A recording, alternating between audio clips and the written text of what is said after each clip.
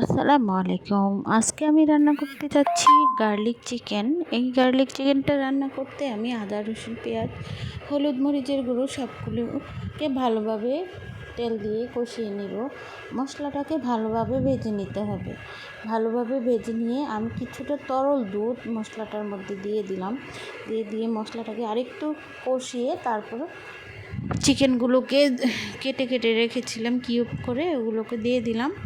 ভালোভাবে চিকেনগুলোকে কষিয়ে নিব যাতে একদম সিদ্ধ হয়ে যায়। এই দেখেন আমার চিকেনগুলো একদম হালকা পানি দিয়ে আমি সিদ্ধ করে নিয়েছি, আমার কষানো হয়ে গেছে। এরপর আমি দিয়ে দিব কয়েকটা আলু, কারণ আমার মেয়েটা আলু ছাড়া কোনো মাংস একদমই খায় না। আলুটা দিয়ে আমি ভালোভাবে কষিয়ে নিব। কষানোর পর আমি একটু ঝোল দিয়ে দিব। যখন তরকারিটা ফুটতে শুরু করবে তখন আমি এর মধ্যে আস্ত আস্ত কিছু রসুন দিয়ে দেব। রসুন দেওয়ার পরে আমি এটাকে ভালোভাবে ঢাকনা দিয়ে ঢেকে দেব।